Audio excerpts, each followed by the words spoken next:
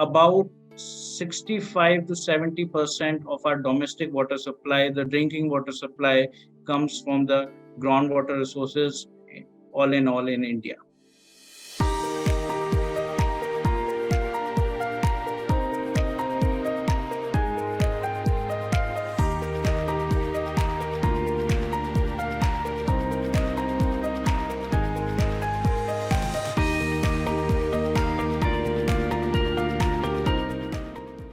So yeah, today I'll be talking about my experience with groundwater management, and a little about the impact of groundwater withdrawal, depletion, and other things on climate change, and how bringing communities together can help in adaptation towards climate change. So, before moving on, I would like to just give a brief about WaterAid, the organization I work in. So, WaterAid is an international non-for-profit organization, and so it is a fraternity of multiple countries with as WaterAid. And in 2016, we uh, started our own entity in the name of Jal Seva Charitable Foundation under Section 25 of the Companies Act. So, WaterAid works in around 13 states. Now, I think it has moved to this 21 slide. So, I think we are now working in 15 states and more than 70 districts in urban as well as rural setup. WaterAid works on the four key aspects of drinking water: wash in institutions, sanitation, and hygiene, which is the larger wash sector. So, I would like to connect over here how WaterAid and the work on groundwater management is related to WaterAid, how we are working in WaterAid. The first thing is, when we are providing drinking water, we have to talk about sustainability of the sources from which we are tapping the water. May it be surface water resources as rivers, lakes, or ponds. Certain dams are there on these rivers and streams where your drinking water supply comes from. And the second is the groundwater resource. So and before going into the things about the managed aquifer recharge, going into aquifer and participating groundwater management, let us understand groundwater in the context of India. So we keep on hearing that India came from the Indus Valley civilization. But if you go back in history, uh, with the River Valley civilization, with the Indus Valley civilization, India is also a groundwater civilization, which is very much evident from the step wells and other things which you see in Rajasthan or the states of Rajasthan and Gujarat, where you see the issue of water was prevalent from thousands of years ago, and people and the kings over there have built multiple step wells and other things. So we can see that the river valley civilization and groundwater civilization were hand in hand in the context of India. So when we talk about the 19th century, we were using groundwater just by our own hands and all. So we had open wells, we had some step wells, we were getting down in the step wells, we were getting water from those step wells. We were using pulley, we were using bullock carts, we were using the erstwhile Persian wheels, which we can't see right now. And those were the source of withdrawing groundwater in the early 19th centuries and late 19th centuries. And then when we move into the 20th century, around 1965, 1970, when the Green Revolution started, we can see that the introduction of borewell and hand pumps started for production of much for the food production, for the increase in food production. And when we move into 1990s sort of thing, then the introduction of electrical and submersible pumps came in, which led us to dig even deeper, where we can withdraw water not through just the hand pumps, but with the deeper bore wells. And when we had water, then because we could get water at any in an arid zone or any location, because as well, if you go, the urbanization or the civilization were based near a river or near a surface water body. But because now we can get groundwater through deeper bore wells anywhere, the urbanization started, the real urbanization started in late 1990s and early 2000. Now the condition is that India is the largest user of groundwater. The 25% of the overall groundwater withdrawal in the world comes just from India. And we now have 40 million tube wells or bore wells which we are using. So you can see how the condition has worsened because of the introduction of bore wells just for the food production. And now the condition is that we not only produce we are not only the producer of largest food grains in the world, we are also the largest exporter of food grains. So we have uh, surpassed our need, and now we have started exporting at the extent of the larger groundwater withdrawal. And you can see from the schematic that how initially we were relying on hand pumps, then just the open wells, the dug wells, and then hand pumps and the deeper bore wells, and how is it declining the groundwater. So the other thing I'll talk about is occurrence of groundwater. So when we talk about groundwater, it is not like a river underground. Groundwater occurs in in the rock formation, in the soil, in their fractures and all. And so how groundwater reaches over there, it is same through, there is only one source of water in this world which is prominent, which is the rainfall. The rain falls on the ground, and millions of years ago, when there was no concretization, and maybe 150 years, 10 years, 20 years ago, when there was no concretization, there was a lot of natural recharge. And though the water gets percolated and trapped into these aquifers or these rock formations, soil formations, which we talk about. Now the condition is that the natural recharge is inhibited by the urbanization, by the concretization, and the extraction is much more than the uh, natural and uh, natural and artificial recharge combined.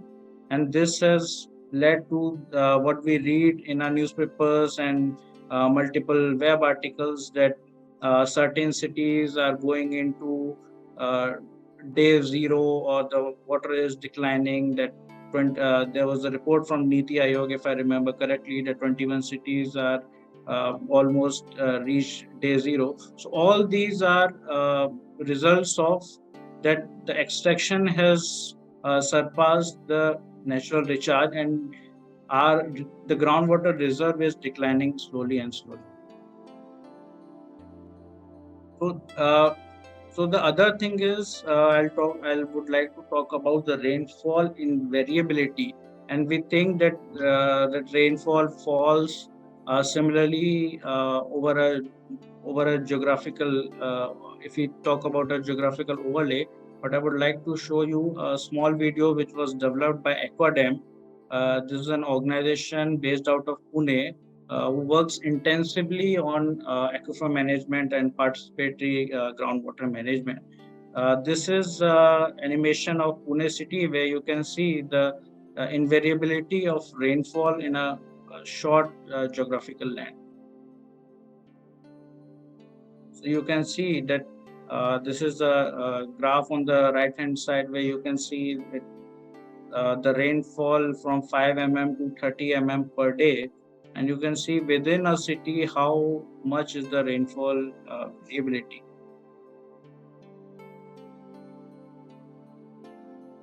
So the second thing I would like to talk about are surface water and groundwater interactions, because source of both the surface water and groundwater is rainfall. They are very much interrelated.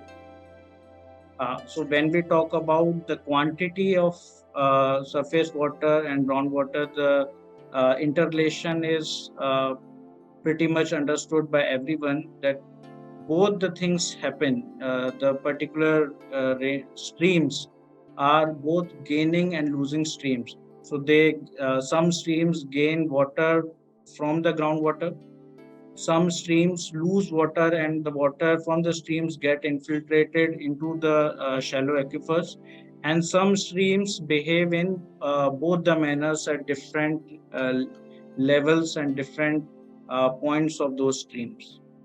When it comes about the quality of water, uh, when when a groundwater is seeping, when the base flow from the groundwater is going to a stream or a surface water body, and that base flow meets a sewage system or something, then the quality of the surface water gets depleted. Similarly, when municipal waste and other waste are dumped into the body, and those leaches down to the groundwater, the quality of groundwater uh, diminishes. So, both in terms of quantity and quality, surface water and groundwater are very much related. The next thing is over pumping. So, we have seen in multiple locations that if you are pumping from a well, uh, the nearby the connected on the nearby surface water body, the water declines over there also to maintain the water pressure.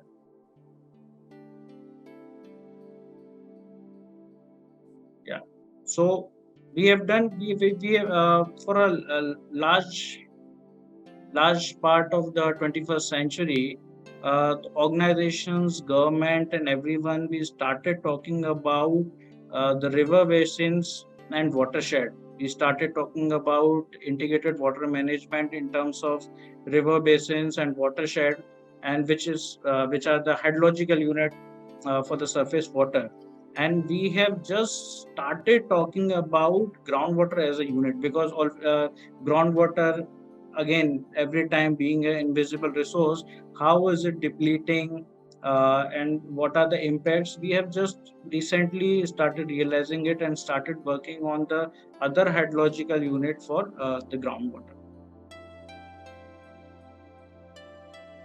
Now coming to the participatory groundwater management. So as it is clear from the name itself, participatory, which means that we have to involve all the stakeholders for the groundwater management. So when we are talking about a rural setup, then who are the participants? The participant, the stakeholders are the community, the local institutions. There's a village and watershed, or village of water and sanitation committee. There is the Gram Panchayat, which are the Panchayati Raj institutions. So all those things are there, and then comes the local government. So we have to bring everyone together uh, for the groundwater management, which is called the participatory groundwater management.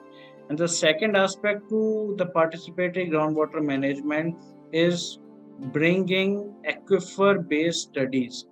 So uh, when we work on a watershed approach, or a basin approach, we uh, we create certain ponds, we create certain water conservation measures, but we have to take into account the aquifer studies also. So that so the participatory groundwater management considers involving people and aquifer based, the community centric approach. The other thing is the raising the community awareness. So when you involve people, when they start understanding the processes, when they start understanding the nitty gritties of uh, groundwater, how it is changing, when we start doing the water budgeting, when they start understanding like a bank account, what they have in their different accounts, how much they are using currently, how much can they use for next 5 years, 10 years, or 25 years down the lane. So what will be the condition when they start when we start interacting with them, when they start being a part of the process of a larger process of water budgeting, where we see the surface water resources, where we see the groundwater resources, we see the different uses of water, be it domestic, be it industrial, be it agriculture, which is the largest user of groundwater in India and around the world as well. So that brings the community together when they see the real situation, and when they start taking actions, and then when they start making decisions for themselves, that's when the change happens on the ground. The other aspect to participating groundwater management is demystifying the groundwater science. So, for a community, for a rural community, if we say, when you start talking in terms of say aquifers or something, then that won't go for them. That's a too much a scientific term, which they won't be able to understand. But if you talk to them in terms of open wells and deeper bore wells, and they are much more aware than us how the water is changing, how the water levels are changing over the hydrological cycle over the year, and how is the groundwater quality is changing. So you we can talk to them in terms of, like we talk about shallow aquifers, we can talk in terms of the open bore wells, we talk about deeper aquifers, we can talk to them in terms of uh, the deeper bore wells, the agriculture bore wells, where they understand how the water is changing. And when we are working on the ground, actually we are not able to gather the real field data at all times, and we have to rely on the secondary data, which we call it as secondary data, but it is the data or the information generated or gathered from the user of that particular well. Then the other thing is talking about supply and demand side management. So when we talk about demand side management, then obviously it comes about uh, the domestic usage, the efficient usage of domestic water. There should not be any leakages. There should not be any wastage of water and all those things. And the other thing is the cropping patterns for agriculture use, and other the type of crop and other things when it comes to agriculture water demand. When it comes to supply, how to augment that supply with artificial recharge, because natural recharge is happening, and much more happening in a rural setup than in an urban setup. But how we can augment the aquifers and the groundwater reserve by different uh, recharge actions. So those things we talk about.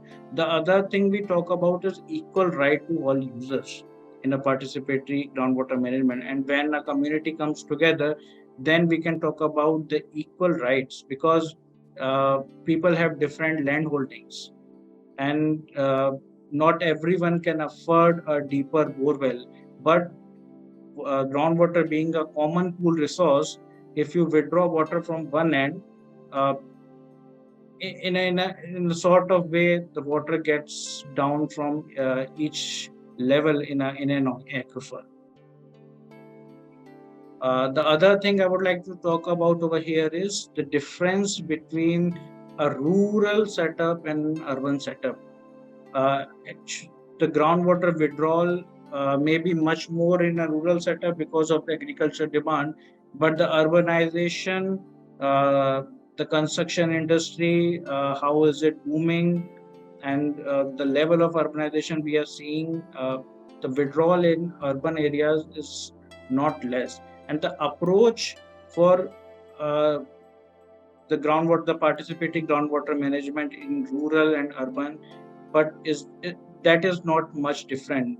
There also we have to talk about the aquifer based approach. We have to bring all the stakeholders together. Definitely the stakeholders will be different over there. There will be local communities, there will be apartments, there will be societies, there will be ward members over there, there will be the local state government, and the local government, the state government. So the stakeholders might be different, but the approach towards participating groundwater management is more or less similar in a rural or urban setup.